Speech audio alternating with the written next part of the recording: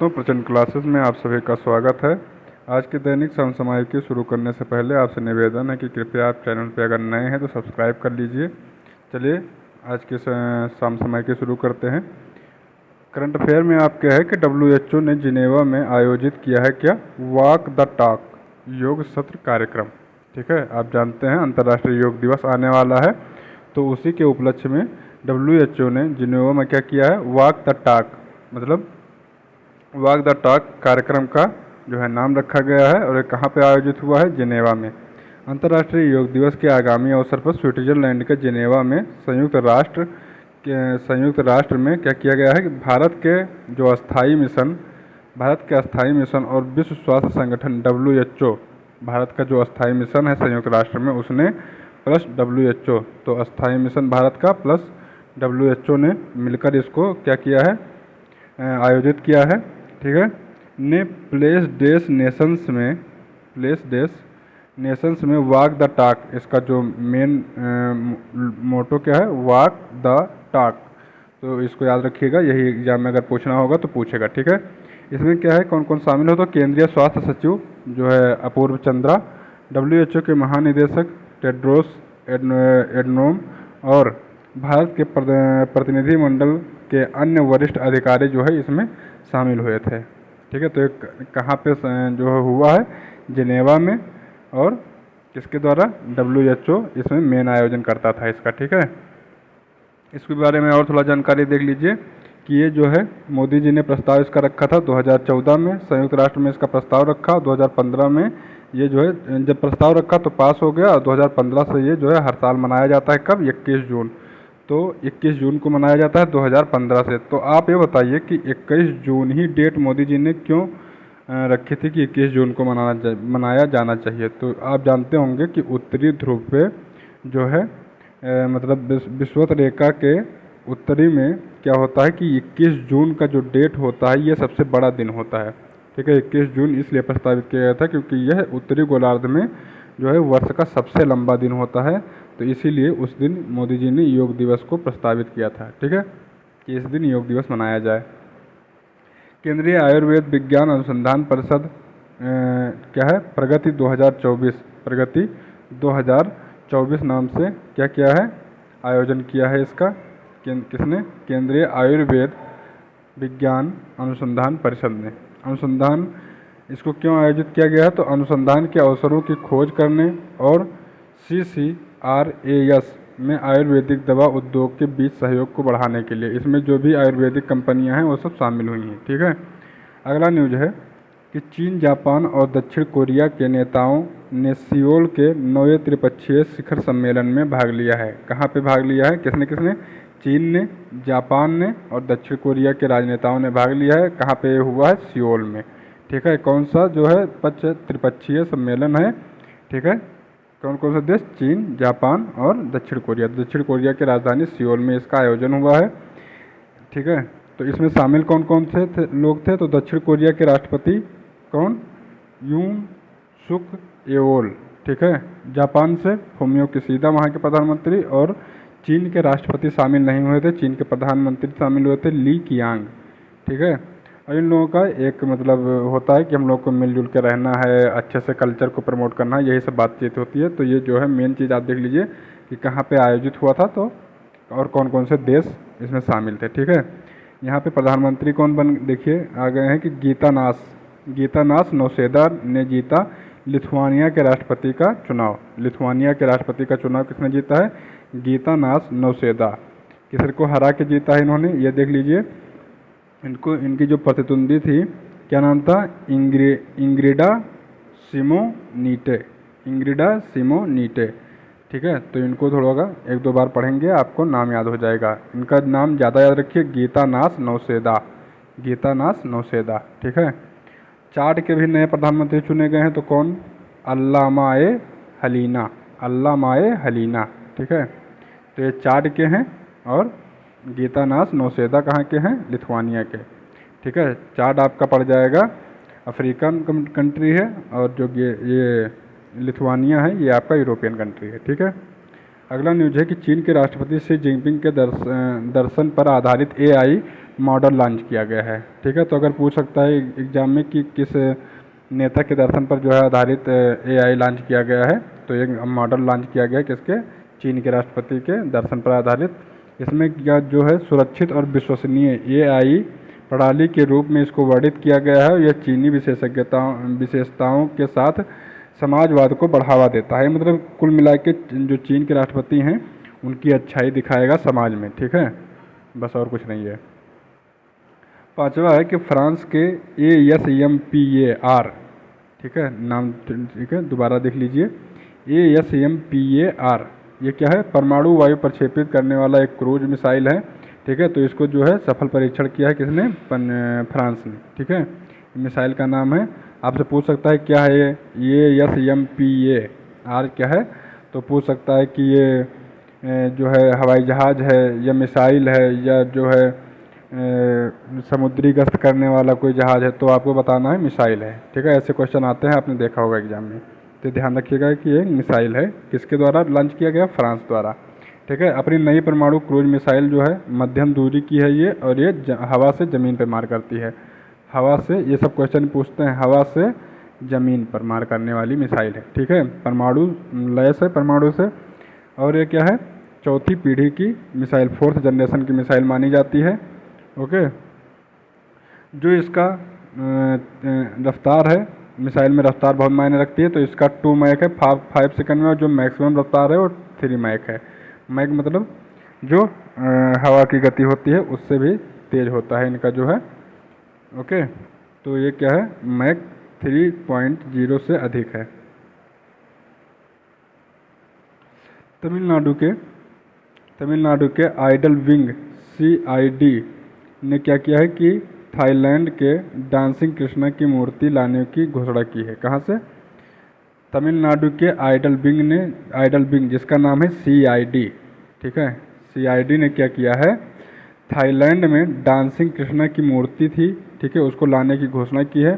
तो देखिए डांसिंग कृष्णा की ये मूर्ति है। ठीक है, ये डांसिंग जिसपे जो है कालिया नाग पर डांस कर रहे हैं कृष्णा जी या खड़े हुए हैं, तो उनकी मूर्ति चोरी हो गई थी, तो अभी कहाँ मिली है, थाईलैंड में। ठीक है, तो उसको वहाँ से लाएगी कौन, CID तमिलनाडु की। तमिलनाडु की पुलिस आइडियल विंग जिसका CID नाम है, ये कालिया कल्की की एक प्राचीन मूर्ति जो कि चोल साम्राज्य से जुड़ी हुई है, तो ये कांस्य मूर्ति है, इसको लाएगी भारत। ठीक है, इसका जो वर्तमान कीमत है वो लगभग $3.5 मिलियन है, $3.5 मिलियन। और इसको जब जिस चोर ने बेचा था वो कितने का बेचा था, $6,50,000 का, $6,50,000 का बेचा था चोर ने। ठीक है, ये भारत से चोरी हो गई थी। मेड इन इंडिया चेरापूंजी जिन, देखिए जिन नाम है, चेरापूंजी में बनी हुई है। जिन ने ग्लोबल स्पिरिट मास्टर्स प्रतियोगिता में हासिल किया है क्या, शीर्ष सम्मान।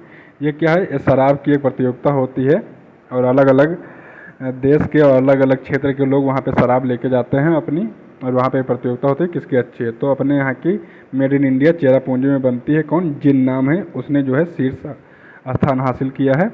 ओके, तो ये प्रतियोगिता हुई कहाँ पे है, ये प्रतियोगिता आप देख लीजिए, देखिए ग्लोबल स्पिरिट मास्टर्स, इस प्रतियोगिता का नाम क्या है, ग्लोबल स्पिरिट्स मास्टर प्रतियोगिता में जो है इसने शीर्ष स्थान हासिल किया है। ये हुई थी लंदन में, वाइन मेला लगता है लंदन में, वहीं पे इसने जो है अपना भाग लिया था और उसमें शीर्ष स्थान प्राप्त कर लिया। जो भारत में निर्मित स्पिरिट है ये धीरे धीरे अब जो है अन्य देशों में भी ज़्यादा पसंद की जा रही है। और इससे पहले जिन जो अभी है, तो जिन से पहले एक गोडावन विस्की बनाई थी, भारत की ये है, तो उसको भी शीर्ष स्थान प्राप्त हुआ था एक बार। अब कौन सी है, अब है चेरापूंजी की जिन। ओके, चलिए दीपा कर्माकर उज्बेकिस्तान, बस केवल नाम ही याद रखिए। दीपा कर्माकर ने जीता है कहाँ पे, उज्बेकिस्तान में एशियाई जिम्नास्टिक चैंपियनशिप में स्वर्ण पदक जीता है। ये पहली महिला है भारत की जिसने जिम्नास्टिक में स्वर्ण पदक जीता है एशियाई खेलों में। ठीक है, तो एशियाई खेल चल रहे हैं, कहाँ पे चल रहा है ये, उज्बेकिस्तान में चल रहा है। किस कैटेगरी में किसने जीता है, तो दीपा कर्माकर ने जीता है। और किस कैटेगरी में जीता है, तो जिम्नास्टिक में। ठीक है, ये भारत की पहली महिला है जिन्होंने जिम्नास्टिक में ये जो है पदक जीता है, गोल्ड जीता है। ठीक है, जापान के का एक जगह है कोबे, ठीक है। कोबे में विश्व पैरा एथलेटिक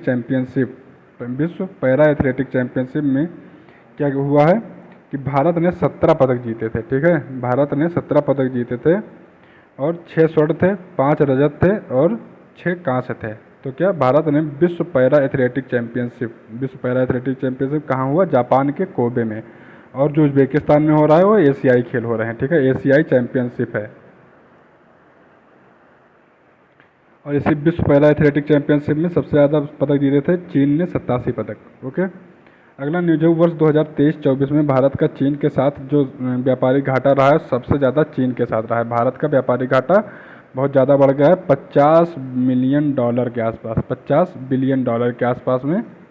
देखिए 85 अरब डॉलर के आसपास में जो भारत का 23-24 में जो घाटा रहा है वो रहा है 85 अरब डॉलर। रूस के साथ हमारा घाटा 57.2 अरब डॉलर रहा है, क्योंकि आप जान सकते हैं कि हम इस समय तेल रूस से बहुत ज़्यादा क्रूड ऑयल खरीद रहे हैं, इसीलिए ये घाटा बढ़ा है। तो इससे हमें ज़्यादा दिक्कत नहीं है, ज़्यादा दिक्कत किससे है? चीन वाले से, ठीक है। इराक के साथ 26.65 बिलियन डॉलर मतलब अरब डॉलर, और सऊदी अरब के साथ 20.24 अरब डॉलर। हमारा जो है व्यापार अधिक किसके साथ रहता है, मतलब हम प्रॉफिट में व्यापार किसके साथ करते हैं? तो अमेरिका के साथ हमारा व्यापार अधिक रहा है 36.74 बिलियन डॉलर। 36.74 बिलियन डॉलर हमने जो है अमेरिका को आयात ज़्यादा किया है, उसके मतलब अमेरिका ने हमसे आयात ज़्यादा किया है, मतलब हम उससे कम सामान खरीदे हैं, उसने हमसे ज़्यादा सामान खरीदा है। 36.74 बिलियन डॉलर का सामान उसने हमसे ज़्यादा खरीदा है। हमारा जो टोटल देखिए चीन से तो हमारा व्यापारिक घाटा बढ़ा है, क्योंकि पहले हमारा था 82.5 के आसपास में जो 22-23 का डाटा था, और 23-24 में हमारा कितना हो गया? लगभग 85 बिलियन डॉलर, ठीक है। लेकिन जो ओवरऑल हमारा व्यापारिक घाटा है, तो ओवरऑल व्यापारिक घाटा हमारा जो 22-23 में था, ये घटा है जो 22-23 में हमारा था वो था 264.9 मतलब लगभग 265 बिलियन डॉलर, और हमारा जो 23-24 में हो गया है वो घटकर कितना हो गया है? 238.3 बिलियन डॉलर, ठीक है। तो हमारा व्यापारिक घाटा ओवरऑल कम हुआ है। ओके, ये अच्छी बात है, लेकिन चीन के साथ बढ़ रहा है, ये गलत बात है, थोड़ा सा इस पर ध्यान देना चाहिए। चीन के साथ इस बार हम देखिए जो पिछली बार था 22-23 में, तो उसमें क्या था व्यापारिक वर्ष में, उसमें हमारा जो सबसे ज़्यादा हमने ट्रेड किया था किस देश के साथ किया था? अमेरिका के साथ में, सबसे ज़्यादा रुपये का। लेकिन इस बार जो किया है 23-24 में फिर से 118.4 अरब डॉलर के साथ में हमने जो है अमेरिका को पिछाड़ कर फिर से चीन को फर्स्ट नंबर पे ला दिया है, ठीक है। तो फिर से हमने चीन के साथ सबसे ज़्यादा व्यापार किया है, 118.4 अरब डॉलर का हमारा जो है व्यापार रहा है चीन के साथ में। तो ये नंबर 1 पे आ गया, ये क्वेश्चन में पूछता है, तो इस बार आप चीन लगाएंगे। बहुत दिन 2 साल से अमेरिका था, तो अब अमेरिका नहीं है, ठीक है। स्मार्टफोन भारत में जो है चौथा सबसे बड़ा निर्यातक आइटम बन गया है। पहले जो हम लोग क्या करते थे कि स्मार्टफोन आयात करते थे, अब क्या करते हैं जो निर्यात करने वाले सामान हैं उसमें सबसे ज़्यादा चौथे नंबर पे हमारा क्या है? हम स्मार्टफोन ही निर्यात करते हैं।